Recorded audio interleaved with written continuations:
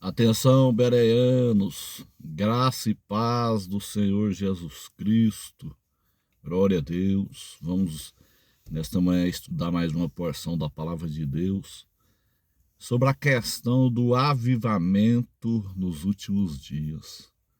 Alguns irmãos me perguntam assim: pastor, vai ter avivamento antes de Jesus arrebatar a igreja? Será que realmente vai haver um grande derramamento do Espírito Santo para despertar essa igreja que está morta, essa igreja dorminhoca? Irmão, vamos para a Bíblia para nós saber, porque primeiro, para ter avivamento, tem que ter arrependimento. E nós estamos vendo uma igreja que não se arrepende dos seus pecados. Uma igreja gospel. Ontem me enviaram um vídeo que eu fiquei escandalizado. O povo dançando dentro do templo. Dançando mesmo. Eu era DJ, eu conheço isso aí. O povo dançando ali colado ali, rosto colado ali. O corpo colado um no outro dentro do templo. Isso é o fim, meus irmãos. Isso aí é um absurdo, um negócio desse. É uma aberração. Isso aí é profanação. É profanar o templo. Então, muitos se baseiam nesse avivamento no livro do profeta Joel, no capítulo 2, versículo 28. Eu vou dizer aqui uma coisa para vocês. David Hickerson, que foi um grande pregador nos Estados Unidos, Billy Graham e tantos outros morreram sonhando com esse avivamento. Eu me converti em 87 e eu sempre vejo o povo falando desse avivamento que nunca chega. Sabe por que nunca chega? Porque não vai chegar na fase de Laodiceia, meus irmãos. Laodiceia é uma igreja que Jesus está fora dela. Laodiceia, Jesus não tem nada com Laodiceia, tá? Apocalipse capítulo 3, versículo 20, eis que estou à porta. Jesus está de fora de Laodiceia. Agora, tem um remanescente pequenino de Filadélfia que está despertado. Aí é diferente. Despertamento é diferente de avivamento. Nós estamos despertados, estamos aguardando, estamos acordados. Agora, esse avivamento que se baseia em Joel, a gente precisa de examinar para ver se realmente vai ter esse avivamento aqui na fase de Laodiceia. Joel 2,28. E há de ser que depois derramarei o meu espírito sobre toda a carne, vossos filhos e vossas filhas profetizarão, vossos velhos terão sonhos, vossos jovens terão visões, e também sobre os servos e sobre as servas naqueles dias derramarei o meu espírito. Deixa eu explicar aqui um negócio para vocês.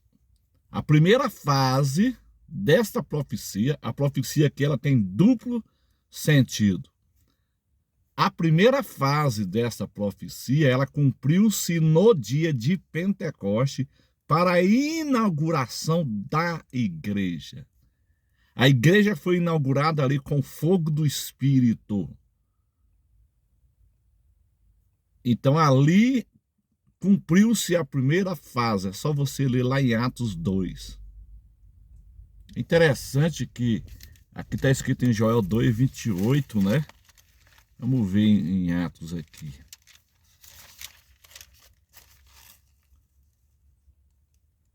Atos 2.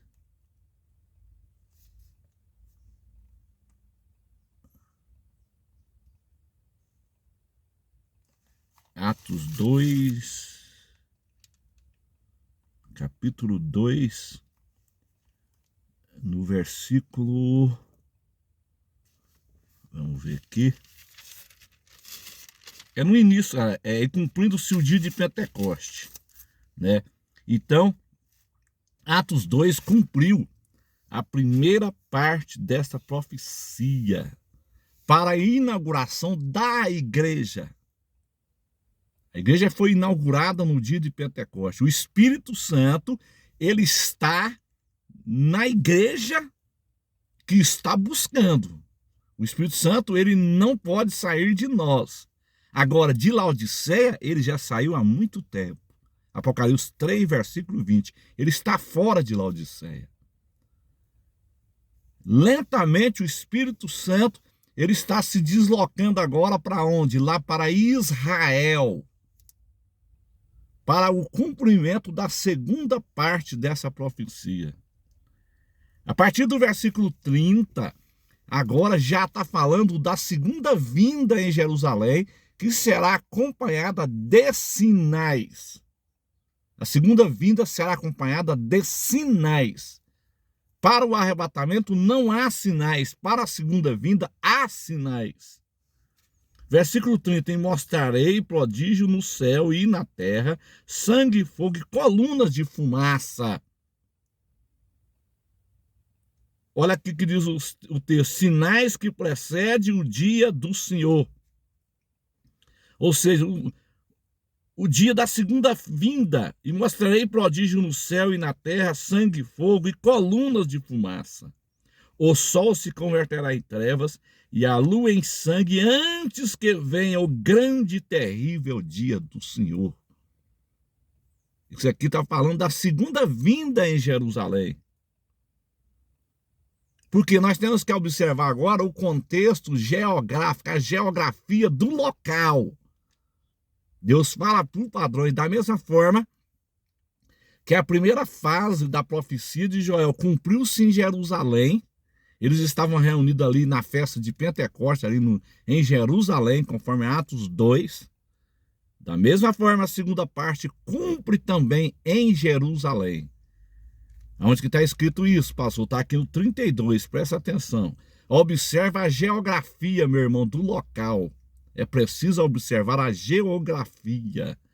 Não está dizendo que vai haver um grande avivamento no Brasil, como muita gente está falando aí, desse país apostata, desse país idólatra, cheio de imagens de escultura, cheio de adoração a cantores gospel. Não haverá avivamento nesse país. Não está dizendo aqui, ó, versículo 32, e há de ser que todo aquele que invocar o nome do Senhor será salvo. Aqui está falando lá da segunda vinda. E eu vou mostrar para vocês lá em Zacarias. Quando o judeu vai estar cercado ali na batalha de Armagedon. E se não fosse uma intervenção divina, Israel seria varrido do mapa. Porque todas as nações vão para Jerusalém. Joel capítulo 3, versículo de número 2. Congregarei todas as nações e as farei descer ao vale de Josafá, e ali com elas entrarei em juízo por causa do meu povo e da minha herança Israel, a que elas espalharam entre as nações e repartiram a minha terra. Deus não aceita isso. Deus não aceita repartir a terra de Israel. Deus não aceita. Então, todas as nações vão estar em Armagedon. Então, se não fosse uma intervenção divina, Israel seria destruído, varrido do mapa. Então, da mesma forma que a primeira fase do avivamento de Joel 2:28 cumpriu em Jerusalém para a inauguração da igreja, a segunda fase cumpre em Jerusalém para o salvamento de Israel. Israel. Então, na fase de Laodiceia, na era da igreja, não haverá avivamento, meus irmãos. Versículo 32 de novo. E há de ser que todo aquele que invocar o nome do Senhor será salvo, porque no Monte Sião, é lá, tá vendo? O avivamento é lá. Não é aqui no Brasil. Porque no Monte de Sião e em Jerusalém, tá vendo? Olha a geografia. Observa a geografia do local. Haverá livramento, assim como disse o Senhor, e entre os sobreviventes aqueles que o Senhor chamar.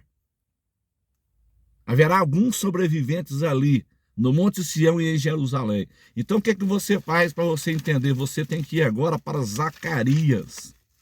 Vamos para Zacarias para nós entender isso aqui. Zacarias capítulo 12.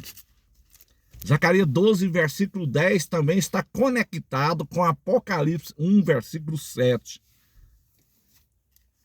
Israel vai estar cercado. Aqui está falando aqui, ó, Zacarias 12:10, o derramamento do Espírito, aquele que foi transpassado, se revelará ao remanescente, arrependido e libertado. Israel vai estar cercado. E aí Jesus vai se revelar a eles e eles vão ver os sinais dos cravos. Apocalipse 1:7 Apocalipse 1:7, você pode ler lá, que é a segunda vinda de Jerusalém. Eles vão ver, o judeu vai ver o sinal dos cravos, vai se converter. Eles vão dizer, esse homem nós matamos, esse é o Messias. E aqui em Zacarias 12:10 diz assim, mas sobre a casa de Davi e sobre os habitantes de Jerusalém. Tá vendo? Olha a geografia. A mesma coisa está falando lá em Joel. Sobre o Monte Sião e sobre Jerusalém. Olha a geografia do local. O avivamento, a segunda fase do avivamento de Joel é lá em Israel, lá no final da tribulação. É lá em Jerusalém. Mas sobre a casa de Davi e sobre os habitantes de Jerusalém derramarei o espírito de graça e de súplicas. Então ele vai derramar o Espírito Santo ali sobre os judeus. E olharão para mim a quem transpassaram. Aí eles vão ver o sinal dos cravos judeus. Eles vão se converter. E plantearão sobre ele como quem planteia pelo filho unigênito. Eles vão chorar ali amargamente. E chorarão amargamente por ele, como se chora amargamente pelo primogênito. Naquele dia, versículo 11, será grande o pranto em Jerusalém. Haverá uma comoção muito forte em Jerusalém. Os judeus já estão cercados. Se não fosse uma intervenção divina ali, Israel já era. Mas como Jesus ele precisa da cidade para poder estabelecer o milênio, ele vai descer ali e vai salvar Israel. Porque tem que ter a cidade para ser implantado um milênio ali. Jerusalém significa casa de paz. Ele volta em Jerusalém para estabelecer a paz. Naquele dia será grande o planto em Jerusalém, como o planto de Haddad Rimon no vale de Megido. E a terra planteará cada família à parte, a família da casa de Davi à parte, suas mulheres à parte, e a família da casa de Natã à parte e suas mulheres à parte. A família da casa de Levi à parte, suas mulheres à parte. A família de Simei à parte, as suas mulheres à parte. Todas as mais famílias remanescentes, cada família à parte, suas mulheres à parte. Então, meus queridos, está claro aqui. O avivamento profetizado em Joel, ele tem duas fases. Primeira fase, ele tem duas fases. Primeira fase cumpriu no dia de Pentecoste, para a inauguração da igreja. A segunda fase será lá em Jerusalém, no final da tribulação. Portanto, na era de Laodiceia, não existe avivamento. Esse avivamento que estão dizendo que o Brasil vai ser um grande celeiro, que vai colher almas, porque não sei o quê, papapá. Ah, pelo amor de Deus. Tem 2000 anos que a igreja está na terra. A igreja não fez evangelismo internacional, não pregado no mundo todo e agora quer pregar. Agora o Brasil vai ser um grande celeiro de missionário, vai enviar missionário para os quatro cantos da terra. Isso é só conversa fiado, conversa para boi dormir, isso não é bíblico. O mundo vai ser evangelizado durante a tribulação por 144 mil judeus. Então, meus queridos irmãos, Jesus está voltando. Eu queria trazer esse esclarecimento, porque tem muita gente que ainda acredita nisso. Como eu disse no início, Billy Graham morreu sonhando com isso. David Ickerson morreu sonhando com isso. David Ickerson é o autor da Cruz e o Punhal. Inclusive, ele ganhou o Nick Cruz, né, para Jesus. Um dos maiores traficantes em Nova York era Nick Cruz naquela época. Então, eles morreram sonhando com esse avivamento, porque não vai haver esse avivamento na fase de Laodiceia. Para haver avivamento, tem que ter arrependimento. Você acha que essa igreja é gospel, com festa junina dentro dela, essa igreja gospel aí, com danças, com pipoca, com quentão, dentro dos templos, vai ter avivamento? O Espírito Santo está fora disso aí. Ele está fora de Laodiceia. O Espírito Santo não tem nada a ver com Laodiceia, não. O Espírito Santo, ele está em Filadélfia. É um despertamento. Nós somos despertados. Despertamento não tem nada a ver com avivamento, meus irmãos. Compartilhe esse vídeo. Compartilhe. Glória a Deus.